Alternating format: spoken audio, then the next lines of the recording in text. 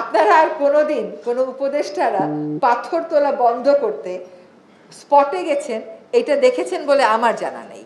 আসলে সত্যিকারই সমাধান করতে গেলে আপনাকে আইনি কাঠামো লাগবে, উপযুক্ত আইনি কাঠামো, আপনাকে উপযুক্ত প্রাতিষ্ঠানিক কাঠামো নিশ্চিত করতে হবে, একই সাথে আপনার রাজনৈতিক প্রতিশ্রুতি লাগবে এবং প্রশাসনিক সহায়তা লাগবে। এই রাজনৈতিক সদিচ্ছা আর প্রশাসনিক সহায়তা একটা আবার একটার সাথে সম্পর্কিত। আমি বহুল আলোচিত সাদা পাথরের ঘটনাটাতে চলে যাই।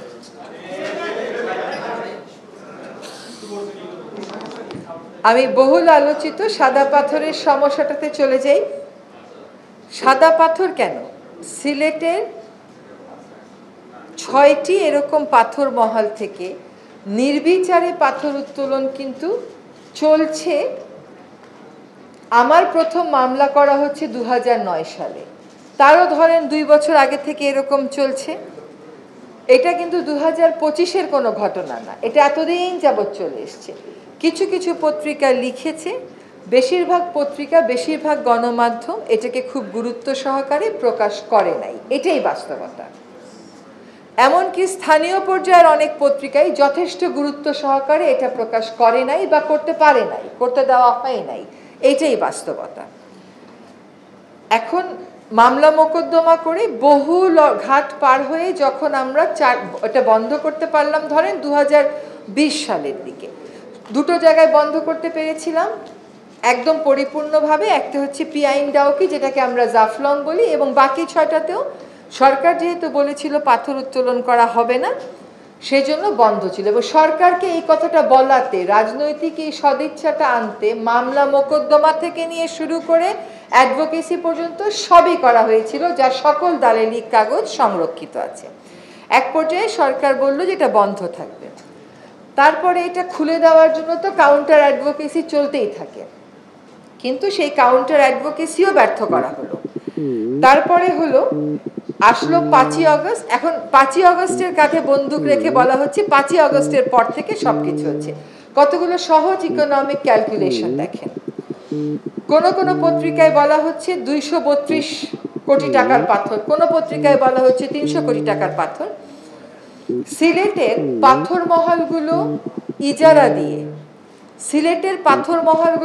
দিয়ে ৫ বছরে ২০১৪ থেকে ১৯-এ সরকার কত কোটি টাকা পেয়েছিল একটু খোঁজ করবেন।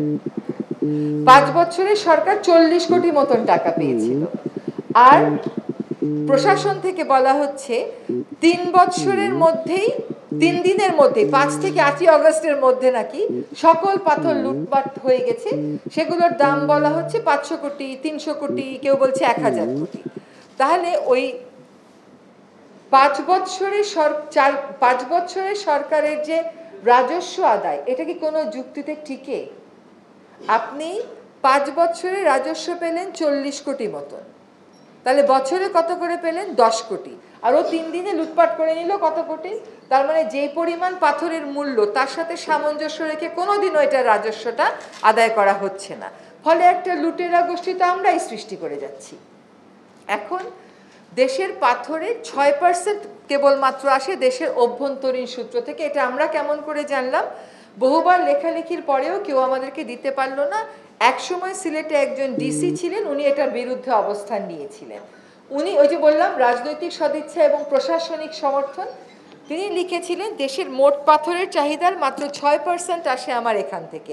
তাহলে বাকি ৯৪% যখন আমি বিভিন্ন দেশ থেকে আমদানি করি, এইটুকুন কেন আমি আমদানি করে এই ৬টা জায়গা আমি রক্ষা করতে পারলাম না?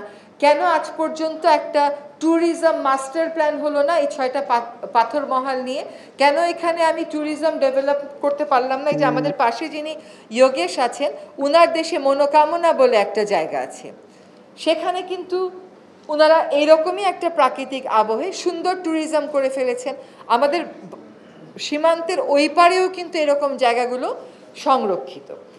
এখন সাদা পাথরে আমরা কখন সফল হলাম? ধরে নেন ওই ৪ বছর মামলা মোকদ্দমা, অ্যাডভোকেসি, সরকারের সিদ্ধান্ত, এই সমস্ত কারণে বন্ধ ছিল। তারপরে আইন শৃঙ্খলা পরিস্থিতি আমরা সকলেই জানি যে অগস্ট থেকে নভেম্বর পর্যন্ত কীরকম ছিল। তারপরেও কিন্তু প্রতিনিয়ত পাথর কিন্তু আসলে আমার মন্ত্রণালয়ের বিষয় না। আমি পরিবেশ করি বলে এই দায়টা আমি নিয়েছি, দায়িত্বটা আমি নিয়েছি, দায়টা নিতে পারছি না, দায়িত্বটা নিয়েছি। আমি কিন্তু সংশ্লিষ্ট মন্ত্রণালয়ে নিজে গেছি এবং মন্ত্রণালয়ের যিনি উপদেষ্টা উনি তাৎক্ষণিকভাবে সমর্থন দিয়ে বলেছেন যে এইগুলো সবগুলো থেকে ইজারা দেয়া যাবে, এরকম লিস্ট থেকে এগুলোকে সরিয়ে দিতে হবে, এগুলো আমাদের সংরক্ষণ করতে হবে। কারণ প্রত্যেকেরই তো, আমার প্রজন্ম তার আগের প্রজন্মের প্রত্যেকেরই জাফলংয়ের সাথে একটা স্মৃতি আছে, ওটা চোখের সামনে এভাবে করে ধ্বংস হয়ে যাবে কয়েকটা পাথর ব্যবসায়ীর সাথে, তো আমরা কোনোভাবেই মানব না। তো পাথর ব্যবসায়ীরা যাতা মন্তব্য শুরু করলো সামাজিক যোগাযোগ মাধ্যমে, সেটা কোনো বিষয় না।